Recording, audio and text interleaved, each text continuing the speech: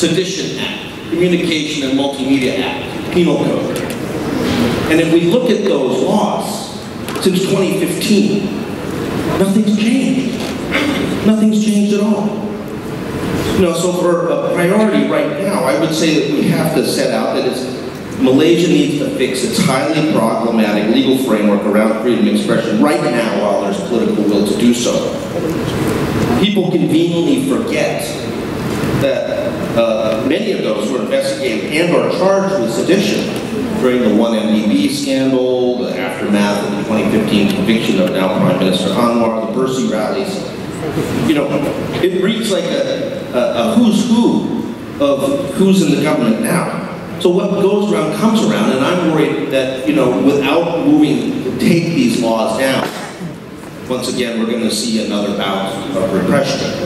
And, you know, the Sedition Act, the Communications and Multimedia Act, Articles 233/1 and 211/1, key sections of the Penal Code, such as Article 504, criminalizing insulting speech, Articles 499, 500, 501, and 502 on criminal defamation, and the Printing and Presses and Publications Act and censorship and banning powers on everything from publications to bursting t-shirts, as my friend Ambiga remembers, since she was investigated for that.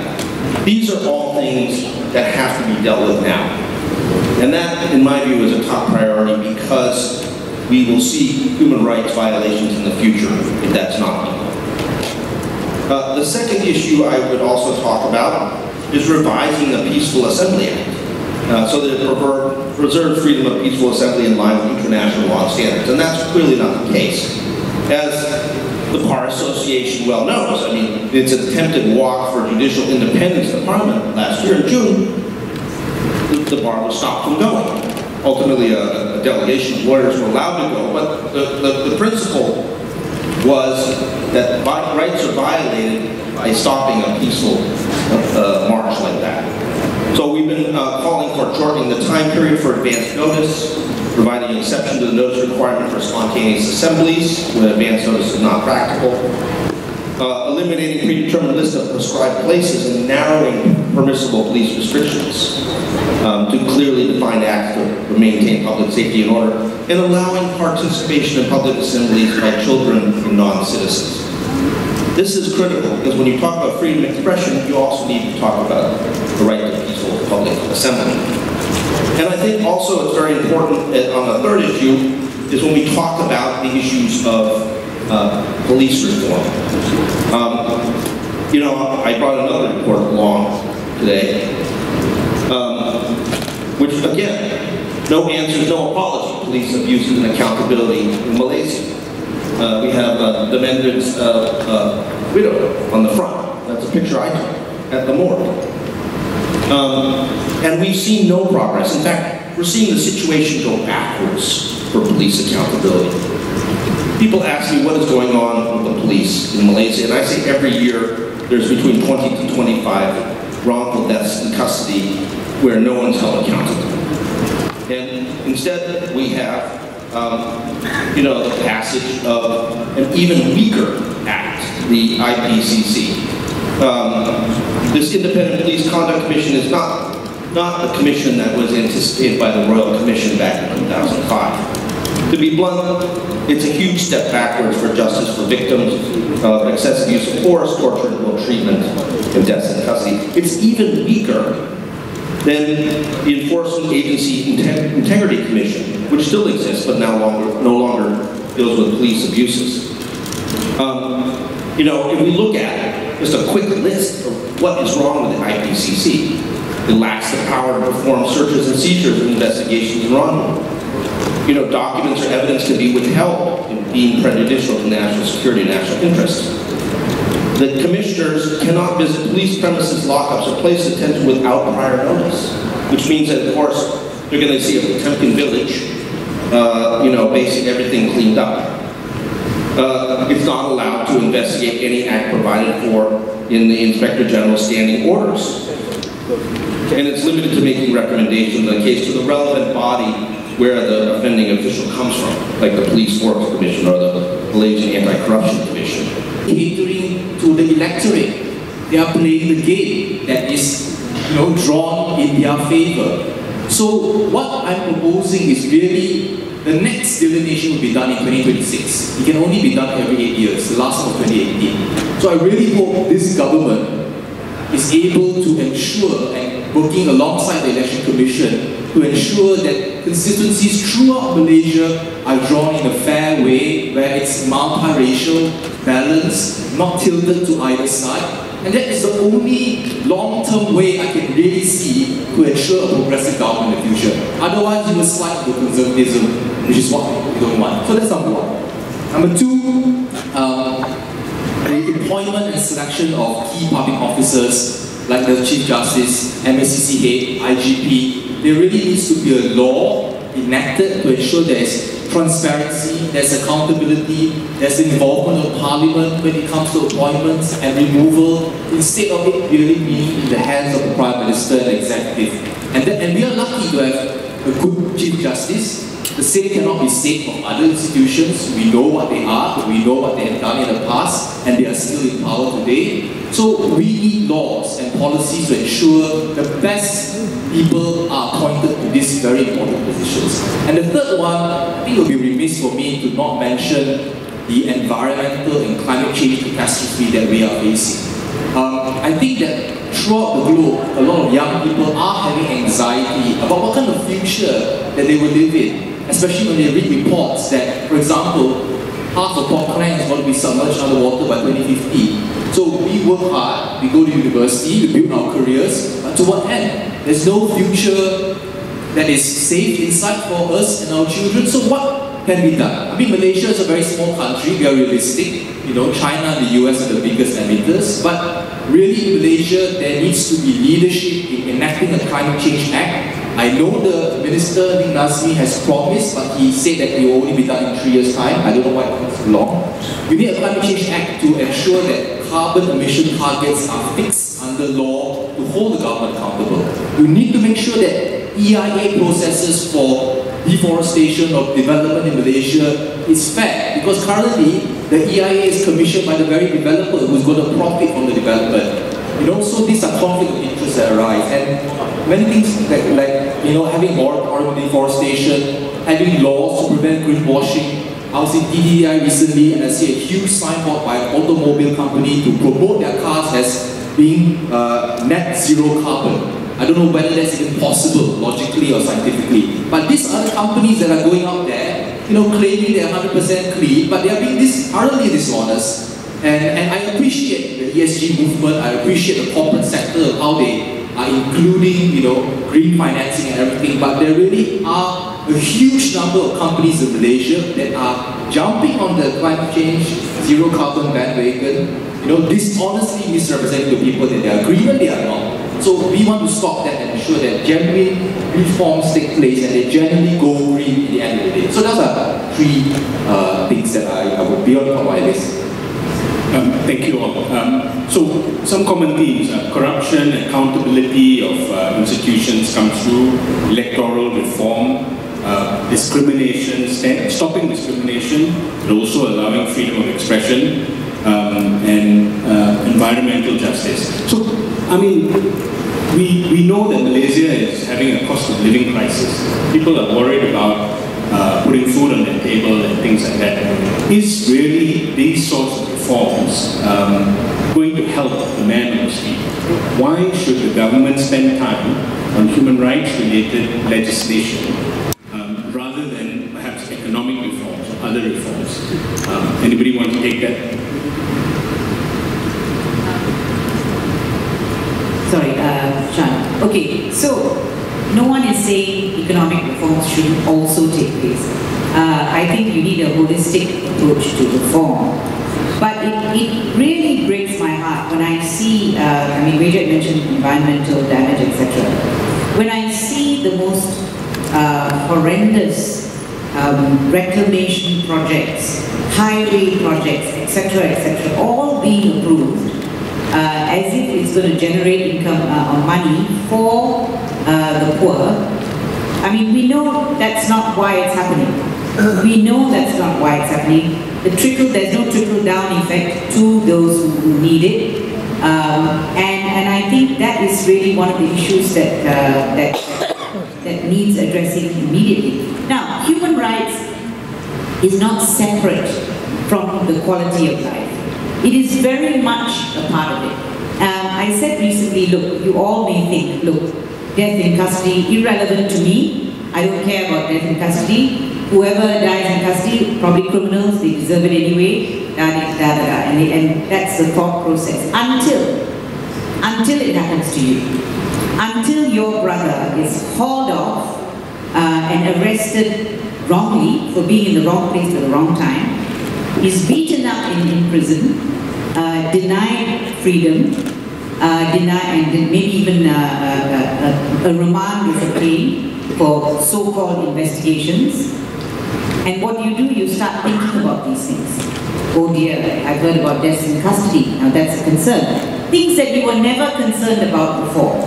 So don't think it won't happen to you. Now all of that, I mean, to me, economic well-being goes together with well-being of society from a human rights angle.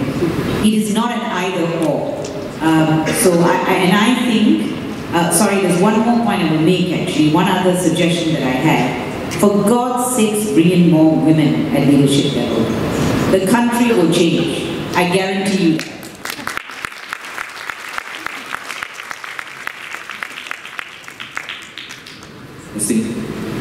I will answer that question by saying, actually, economic development is directly correlated with independence of the judiciary, rule of law, human rights. When companies, especially multinational companies, decide whether to invest in Malaysia, one of the things that they look into is the independence of the judiciary. It's about rule of law. When they invest 500 million USD to build a factory in Selangor, for example, they want to ensure if something goes wrong, if there's a breach of contract, that there will be an independent and fair judiciary that will arbitrate their claims fairly so that their investments don't get dissipated. So it is directly correlated. It is not separate. And number two, there are a lot of people who use China as an example. Well, you can have robust economic development without human rights and democracy and rule of law in China, Perhaps those are pesky elements that, provide a roadblock to economic development. But I will always say, well, look at Taiwan. Taiwan is a good example that you can have economic development and rule of law and democracy and the independent judiciary hand in hand. It doesn't have to be a zero-sum game. They are economically developed. They are Asian countries. We are all Asian people, and perhaps there's a tendency for Asians to think that democracy is a Western alien concept. But look at Taiwan. They can prosper both, democratically and economically. So it's not a zero-sum game. I'll challenge that. Let's look at it from a very practical point. Suppose you lose your job. Suppose you don't have enough money to pay your monthly bills. Supposedly you don't have access to health care because you can't afford it. Suppose you have any number of other economic problems. You will want to tell people about that. You want to demand ways to fix it. And one of the ways you're going to do that is you're going to speak out. You might do it on Facebook. You might send tweets out, you might go talk to your neighbors, you might organize a group of the local people in your community, but you are now moving into exercise of civil and political rights to defend your economic rights and your right to basically say, this is not fair, I need a better deal. And that involves exercise of human rights. If you don't address issues of human rights, the effort to demand justice for what's happening to you economically could land you in remand, could land you in prison. There's an inherent connection between economic, social, and rights. And people don't understand that at their own peril. I work across the region. So, I don't just see what happens in Malaysia, but I see what happens in Cambodia, I see what happens in Vietnam, I see what happens in Thailand. And a lot of people are willing to stand up despite the fact that they know they may be arrested and sent to prison for speaking out or protesting. It shouldn't be that way here in Malaysia. It's an easy step forward to fix these laws that violate freedom of expression. And the government should want to do that. I mean, I don't think the government's going to be popular by putting more citizens behind bars for exercising rights. And so, you know, this either-or sort of dichotomy that talk about the economy but don't talk about rights, it's not real. It's not real. I would also add that actually human rights encompasses economic and social rights also. So at the end of the day, I think the problem with Malaysia is not that we are not rich enough. Well, we are relatively rich, but the problem is that the wealth is not distributed equally among the classes. And if we respect human rights, we will have laws which ensure that this wealth gets distributed evenly, that those from the lower socioeconomic class gets the education, opportunities for them to move further up in life. So human rights is directly correlated with the economic well-being of the man on the street at the end of the day. Thanks, everyone. So I'm opening it up to questions. Please, I think there are mics on either side, so please come up to the mic and give us your question. Please introduce yourself first.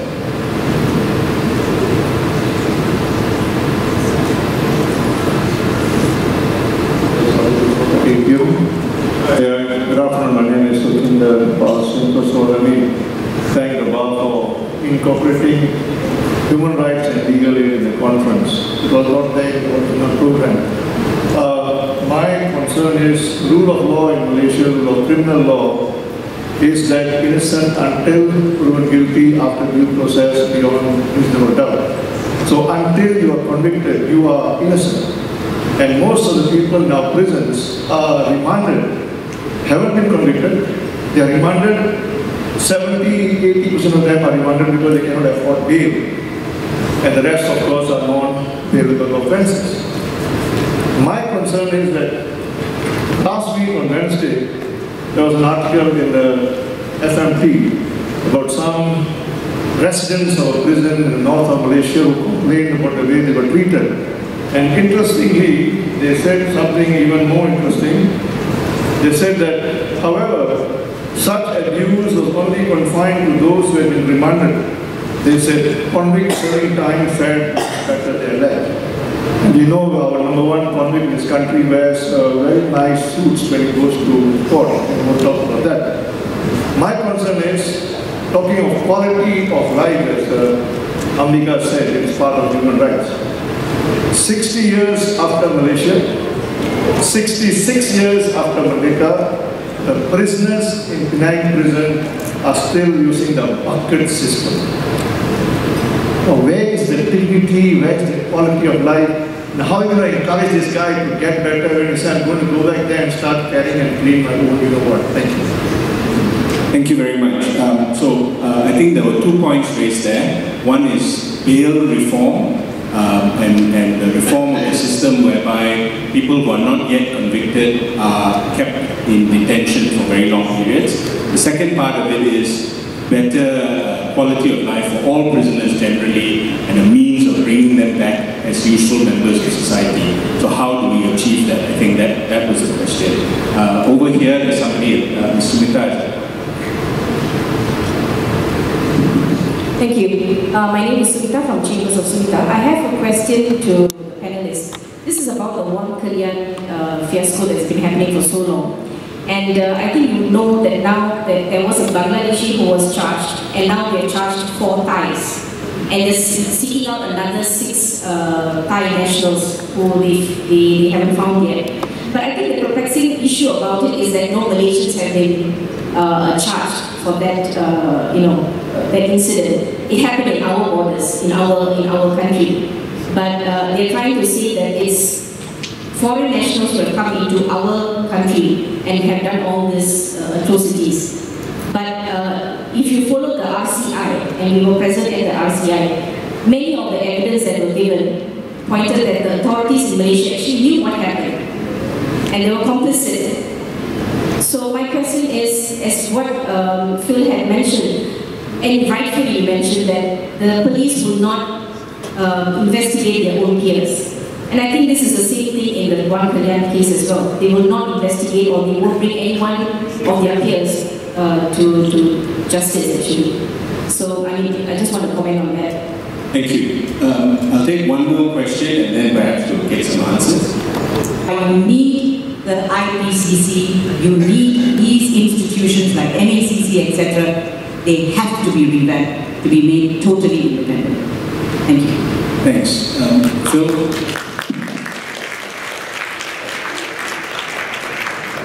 It is, I mean, when we look at what Malaysia's reputation is internationally on human rights, one of the issues that always comes up is the persecution of LGBT persons in Malaysia. It's by clear, when you go to Europe, when you go to North America, this is a big issue. And, you know, for instance, the sort of pursuit that happened after Nur Sajat when she fled the country. You know, and ultimately ended up in Australia. I mean, you know, the hundreds of officers that were going to pursue her. The fact that Malaysia tried to get Thailand to arrest her, which they did, and tried to get them to deport her, without telling Thailand actually how prominent she was. Once the Thais figured that out, they just walked away, because we had diplomats from the US, from all the European countries in Bangkok, banging on the Ministry of Foreign Affairs, saying, do you know who you got here? You've just been arrested in immigration? And the Thais backed away very quickly. I mean, it was a great privilege and pleasure to be able to help her when she got to Thailand. And we were very happy to do so.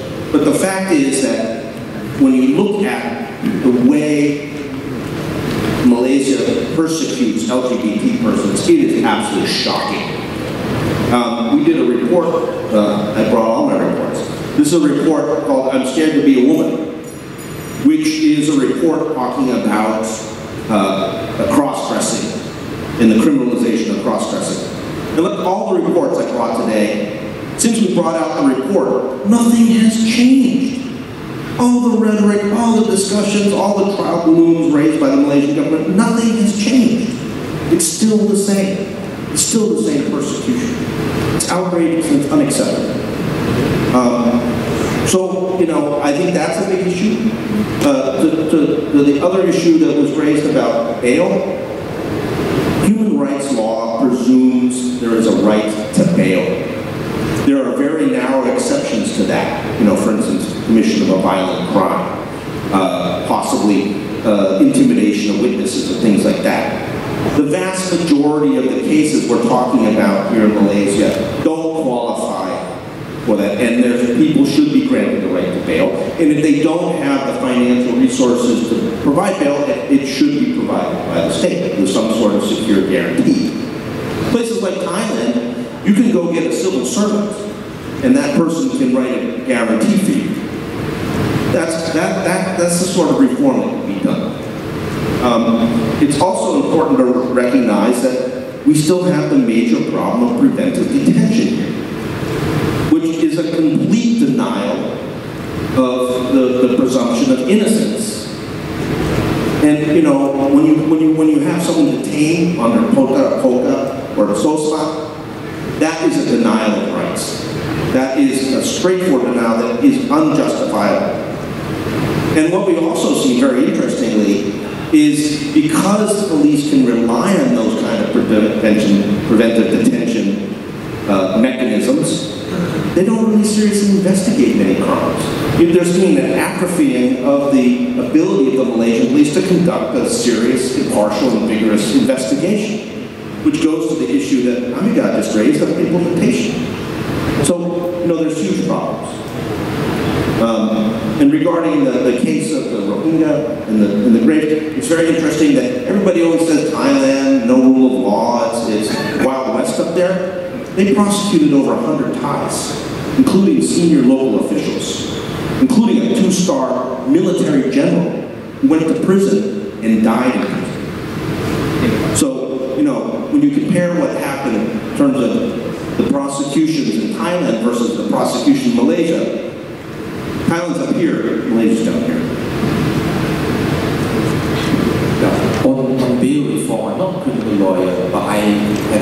firsthand how essentially they dehumanize you, the moment they bring you inside.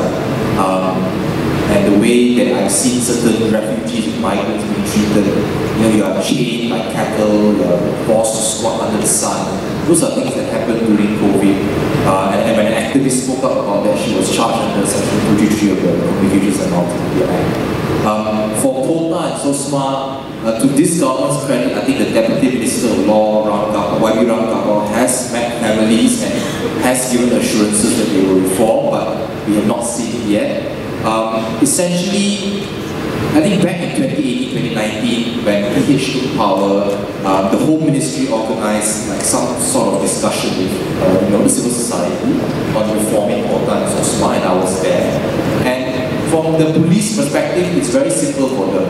They played a video of a gang robbery that happened, that they had shanties that hacked a person in a convenience store, and essentially said, well, if we don't import and SOSMA, this pandemonium is going to happen in Malaysia. That's the very convenient excuse that they have adopted, and feel is right. They detain first and then investigate later, and they take their own sweet time. The reality is, when they have power and when they have convenience to investigate for 2 years without bail under Kota and SOSMA, they are going to rely on that. They are not going to relinquish that sort of power. And that's where investigations are not robust and quick, as what Phil has already mentioned. So it really is a need to reform all these laws. I agree 100% completely on that. And there's one black hole which is not mentioned, whereby refugees and migrants, I've been to the Semenye Detention Center to interview a person who was going to be deported, and he told me of stories whereby you have migrants from the Middle East who are languishing there for 10 years. 11 years in purgatory, in limbo. They are not deported, neither are they charged, they are just there, living until their days end. So this is the reality of people who are being detained in our detention centers nowadays. Thank you. Any other questions? Yeah, just head over to the mic, please. Just introduce yourself. Hello, my name is Farhan Liana. I'm from Klantamba Young Lawyers and People's Community. And there is a simple question. The Rohingya refugees, as far as we are concerned, some of them, they got the UN card. But somehow, some of them, they don't have that. But when the other person, the Rohingya refugees, somehow, when they have the card, UN card, they produce it before the court and they feel like they are immune. And they are immune from any other charge. And there are some people who use them, and because they got the UN card, so they are somehow immune from any charge before the court. And somehow some people use them, and even they were even detained and investigated under Immigration Act, or even under ethics. Okay, so the issue here, how do Malaysia as a country, deal with this issue? Thank you. Thank you very much. We'll take Andrew's question as well, and then I'll ask the panel to answer both. So, sorry, the question was, certain refugees get a UNHCR card confirming that they are in fact refugees. Others don't have it. They are considered asylum seekers. They don't have identification. And the question is, how do we, what's the reason for that, I suppose, but also those with the refugee cards are being abused and used for criminal activity, and in the hopes that just by giving a refugee card they'll get away with it. So that was the question, and how do we address these issues? Andrew? Thank you. Andrew Koo, co-chair of the Constitutional Law Committee here at the Bar Council in Malaysian Bar. Thank you, Sean. My question is more an invitation to the panel members to comment on a couple of challenges that I think Malaysia faces as it moves forward the issue of human rights. One is the increased politicization of religion and how that seems to color our perception and our perspective of human rights. And I suppose linked to that, but it also can be taken separately, is the idea that we reject the universality of human rights in favor of, in Malay, Hak Asasi Manusia, Acuan Malaysia, a Malaysian mold of human rights. And this, one of the latest champions of this Malaysian mold of human rights is actually the chair of the Human Rights Commission in Malaysia as well. And so how can we move forward on human rights when we seem to have also a national human rights institution which is in some ways captured by those who have a different perspective of human rights than something that is international and universal. Thank you. Thank you. I don't see anybody else at the mic, so would anyone want to like to take a first step? Phil? Yeah, let me speak first of all about UNHCR refugee cards. I mean, right now there's approximately 181,000 refugees with cards in Malaysia. The reality is, though, of course, that Malaysia has not ratified the Refugee Convention or its optional protocol. So, an officer approaching the refugee, even if the refugee pulls out their UNHCR card, they can very easily say, well, this is Malaysia, we don't recognize that. And that's often what happens. Not just in Malaysia, we see it in Thailand, we see it in other places where governments have not ratified those international treaties. So the refugee card is not necessarily a great form of protection. What it is a way to be able to sort of call a friend. You know, call the UNHCR, I'm about to be arrested, can you help me? But the reality is we have a lot of people with UNHCR refugee cards who are being held in immigration detention centers right now. And the UNHCR has been denied access to them for a better part of 4 years. So you have people who are refugees who are in detention. That's point one. Point two, because Malaysia, for whatever reason, decides that refugees should not have the right to work, everybody has to live on the margins. They're basically all surviving in the gray economy, which is surprising to me because when you have 181,000 people who want to work, why do you keep bringing migrant workers in from places like Bangladesh, Nepal, and further afield? You know, the people are right here. Wouldn't it make sense to basically you have all the information, you have them already here, let them work, let their children go to school? So, you know, there's the idea that somehow, because they're on the market, I mean, do some refugees engage in criminal activity? I'm sure they do. Whether it's for survival or for whatever reason, I don't know. But certainly, pulling out a UNHCR card after you commit a crime is not going to give you much protection. It's really not going to give you any protection. In fact, I think what will probably get you is a beating by the police when they arrest you. You know, that how dare you do something in our country sort of thing. So that's one point. On Andrew's question about the Malay and human rights, I give the same response I gave when we were talking about Asian values, that when Mahathir and Lee Kuan Yew were talking about Asian values. They were trying to claim that because people are Asian, they value certain rights and that these rights matter, but the other rights don't. The bottom line about international human rights is that everybody's equal and everybody gets the same rights. So why would anybody want to adopt a principle that says because you're Malay, you get less rights? Or because you're Malaysian, you get less rights? Or because you're Asian, you get less rights? That's actually a kind of a racist idea, that somehow people in Europe have more rights than Asians because the leaders say so? Why would anybody go along with it? I don't get it. I mean, in fact, on its face, the actual argument makes no sense whatsoever. So, it's astounding to me these issues keep coming up and these theories keep coming up. And if it's coming from Suakan, that's really worse. Thanks, Dato. I think the it's the fact that Asians are meant to value community over the individual. And so the rights of the community have to take precedence at the expense of the individual. And so that seems to be one viewpoint coming in from some of these people who say that we're supposed to be unique. But I'm sure Jiet and Ambiga will have something to say about that.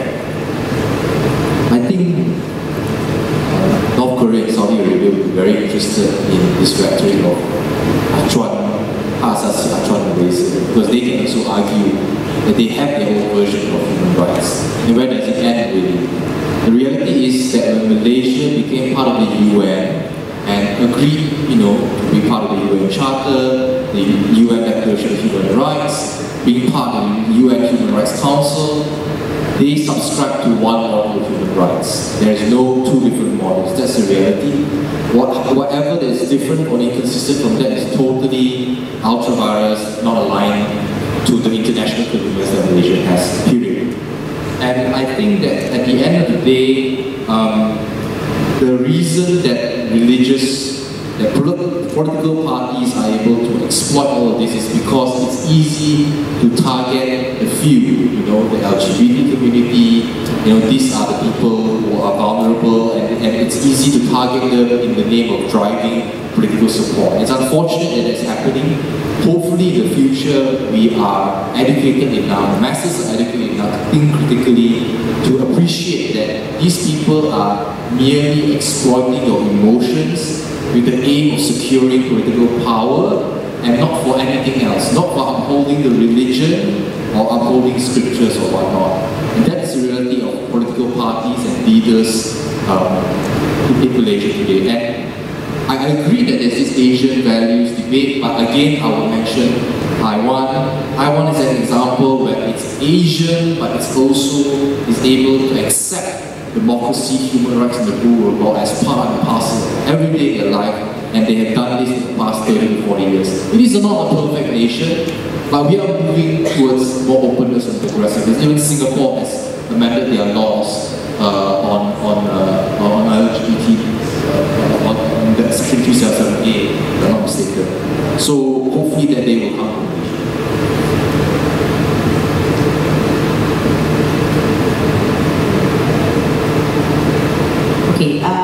Well, I would start with the issue of refugee cards. I think Phil has covered it. Really, we should be getting on with signing up to the convention. And you'll be so surprised because they are so marginalized, refugees, stateless persons, etc., that the bulk of Malaysians don't even understand it. And when it came through during COVID. Even our Director General of Health called them party, which I hate, by the way, and they were very dismissive of illegal migrants, etc., etc.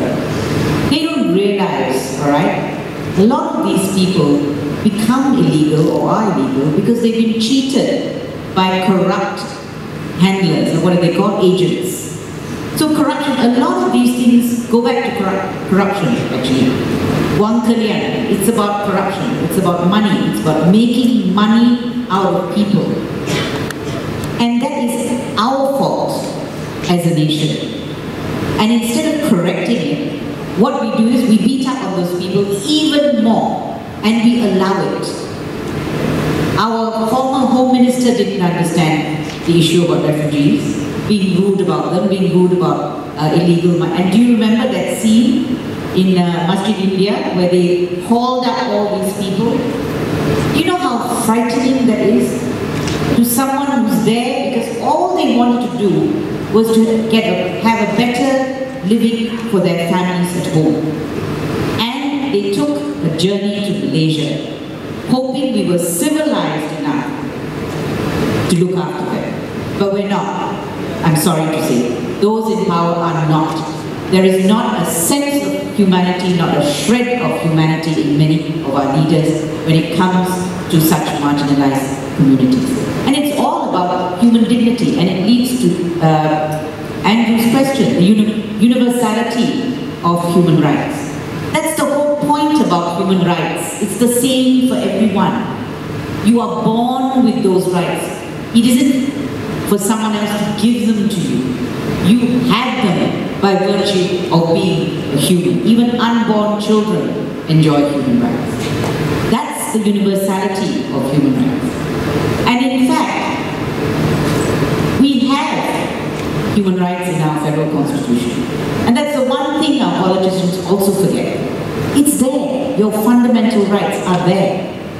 Even the right to clean air, okay, has been interpreted by the courts. And the courts are being quite creative now when it comes to that. So, it isn't an alien concept. And I keep asking this question, and please throw this question back to leaders who tell you human rights is not for Malaysia. Please ask them why we are on the Human Rights Council, why we are falling over ourselves to get onto the Human Rights Council. We are there now for the third time, okay? Why are we doing that if we don't understand human rights? So, the hypocrisy, okay, outside Malaysia, where they look as if they believe in human rights, and what's going on inside Malaysia, and it makes me very angry. And it's the same with prisons. Prison reform was one of the things the IRC, you remember? We all spent 3-4 months in the excited belief that the Pakatan Harapan government then, in 2018, was going to bring reform. So we killed ourselves day and night, and I don't know why I wasted my time, day and night to produce with some other very, very eminent people an institutional reform report. Some action was taken on it, but a lot wasn't. What is difficult about prison reform? About people living humanely. If you start with the premise that everybody has a right to live in dignity, whether you agree with their way of life or not, they didn't ask you for permission to live their lives the way they want to. So whether you agree, that's the point about human rights. It's for everyone. Because you may think they don't deserve it. There are others who think they do. They think they do. And it's not your right to decide. So, for me, unless you understand that, for number one, you shouldn't be sitting on Suhakam also. Moving on to Andrew's third question. I don't want to comment on the chair guy. I am in a position of possible conflict on that one. But it is so important, and to me actually, Suhakam has been doing a fantastic job. From the previous Suhakam, I think many years actually, the reports that they have come up with, okay, and written with so much passion and really getting to the heart of the matter, they have done a wonderful job, and I hope to see that continue. But of course, the reports go to Parliament. What happens? Just like what happens to the Auditor General's reports and all other reports that are written, they don't care. And this is where you then get, you know why they don't care? They're more interested in the next election. Hence the saying that politicians only care about the next election. A statesman cares about the next generation. We don't have a statesman, sorry, right now, anywhere. And that has always been my issue. That's why they use religion. Do you think they really believe half the things they say? They use it because that is the best way to divide all of us. And I think we are becoming more and more educated electorate, and I'm hoping that they will make a difference. We have made a difference before, the people of Malaysia. We can do it again, and I think we should not fall for the divisive politics that are being practiced right now. Thank you.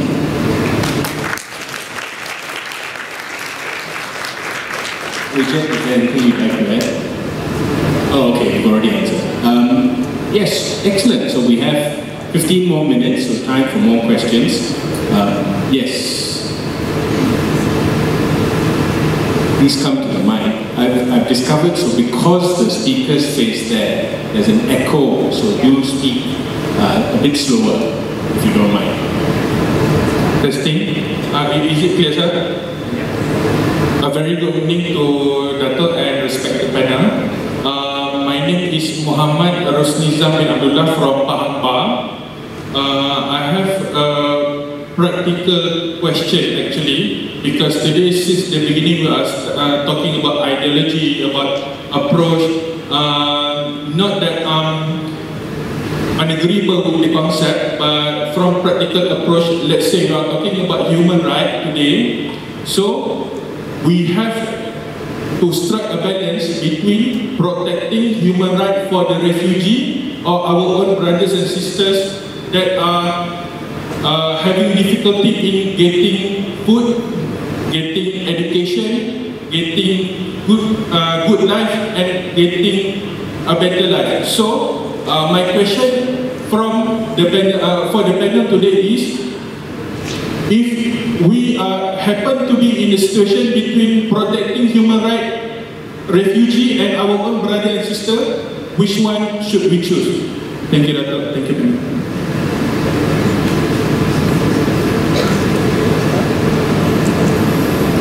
Anybody else? Yes. Hi, Larissa and Louis. My question is basically a practical question as well. I don't want to zoom into any topics in particular, but I believe everyone present here is at a position that they can help to push for human rights. So my question is, how do we instill in the DNA of maybe a lawyer or someone of position to push for human rights? I think an example that I can give, if you are on Instagram, you see a video of someone eating food can get millions of views and likes, but when it comes to a human rights issue, the issue just doesn't move. So how do we encourage that? Or just imagine if everyone here actually takes up one human rights case or an issue to speak about. I think that's the first question. And the second question would be, let's just say if the way to do that is to speak about it, how do we not get caught speaking about issues like this? Please go ahead. Thank you. My name is Satish Ramachandran, Kuala Lumpur. So, since we're talking about the democratic future, to me a democracy is where decisions are made through a process of discussion.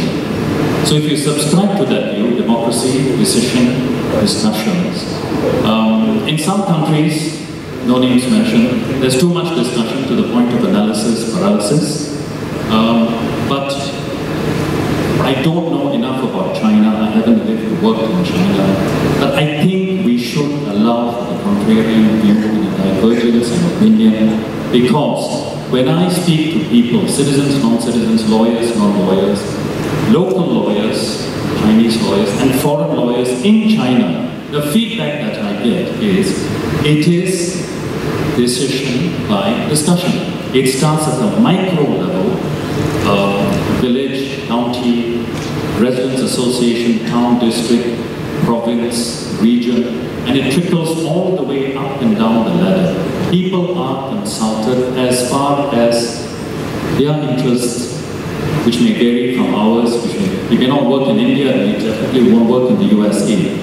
But my question is, shouldn't we at least allow for the fact, the possibility, that the China model works for China, or for the majority of people in China? Thank you. Thank you. So that little bell meant we only have 9 more minutes now. So can I ask you all to please quickly pose your question? The mic is on, you can just... Hello, I'm Surin, member of KL Bar, and member of the Bar's Human Rights Committee. Similar to the experience of the LGBTQ community, there's actually another community which is oppressed here in Malaysia, which is actually the community of humanists, secularists, atheists, as well as agnostics in Malaysia.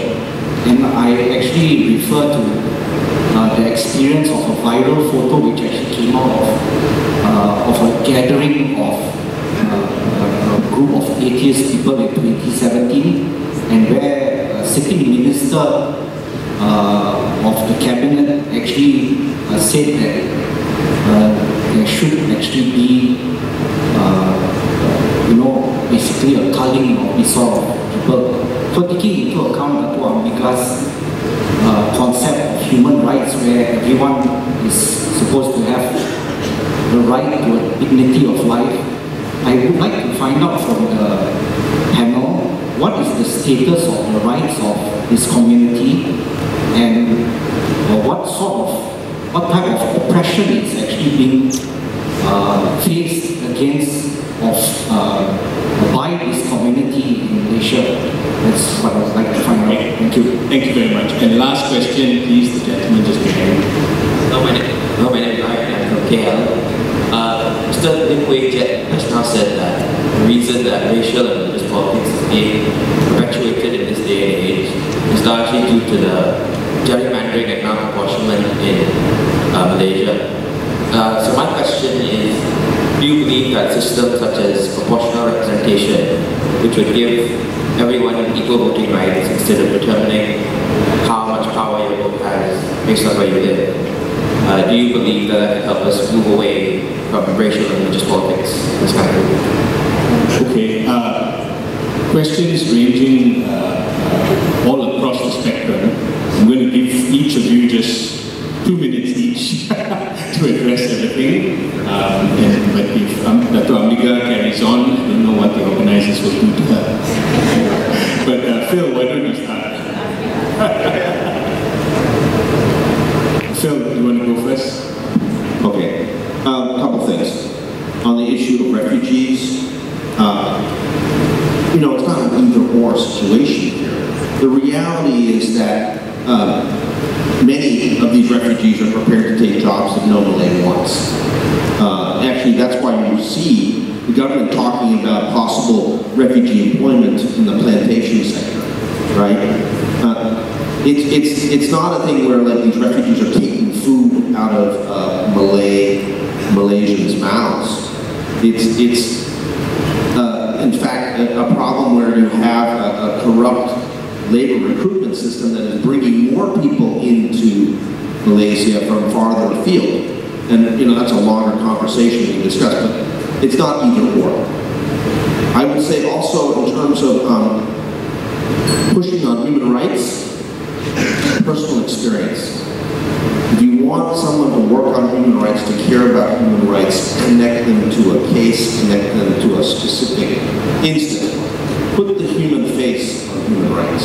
That's the most important. And I'll let my colleagues take the rest of them. Jiet? Yeah. Okay, I'll answer 2 questions. Number 1, how do we push human rights? And I think the results asking about TikTok. I mean, I don't see why people who are passionate about human rights cannot leverage TikTok to, you know, push forward for their agenda. TikTok is a very important tool that has been used by politicians to deliver political messages. So political messages are in and of itself sometimes difficult to digest, but yet politicians are able to fashion it in a way that is digestible and has been, you know, effectively used in Malaysia in the last election. So, you know, look at Alexandria Ocasio-Cortez in the US, how she uses TikTok and Instagram to bring forward progressive discussions in a very engaging way. The key is not to shove it in people's faces that this is human rights ABC. The key is to, you know, do it subtly, you know, inculcate things that you do in everyday life, where you have eating breakfast or you have a cat pack, etc. And you know, just slip in a little bit of human rights here and there. That's how you make sure that people are not turned off by your message. Basically, just look at how effective politicians have used that. And I also feel very passionately about younger lawyers picking up more human rights cases in strategic litigation in Malaysia. I know it's not the most fashionable thing in Malaysia. I think Shan through MCCHR has done workshops and everything, but hopefully the larger community in the bar, the senior practitioners and the large law firms are able to encourage the younger lawyers to devote a certain number of hours per year to do, you know, strategic litigation of human rights cases. They need not be, you know, very controversial political cases. It could be about animal rights, environmental rights, you know, things you are passionate about. And number 2, the question on proportional representation. Yes, I have your, sorry. Sure. So, he supports proportional representation. We'll solve all our problems. So do I, by the way, but for that. Okay, so here's the thing. Human rights on the refugee issue, what Phil said, I can guarantee you the refugees and stateless people are not taking money out of our pockets or taking food away from us. That is a narrative that is put forward by all those who try to justify our appalling treatment of them. So please don't fall for it, find out the facts. That's one. Number two, on this China model, I'm sorry, I would never live with that, something like that. Well, democracy, for all its faults, is still the best system. Maybe what we need to do is change the voting system, like the proportional representation, so that, and also the redelineation. Maybe we need to tweak things like that. But for all its faults, it's noisy. Democracy is noisy. We've been noisy here today about human rights. It's a good thing. It's a good thing. You don't want the silence of the Chinese, that the Chinese government insists on. For God's sakes, we don't need dictators. We've got enough in this region. So I would entirely reject the China model, I'm afraid, of governments. It may be neater and faster and more efficient, quieter, but it's quieter. It's quieter. The silence will kill you, okay? And you live in fear. Human rights is about not living in fear. And I think that is the key. And please, by the way, all those who tell you human rights is not important, human rights is bad, don't talk about human rights, it eats away at our culture, it's all a lie. It's all a lie so that they don't have to comply with human rights standards. Because it's not easy. It is a responsibility, but it's the right thing to do. So when they don't want to do the right thing, the easy thing, they will tell you human rights are not important. Don't fall. Thank you.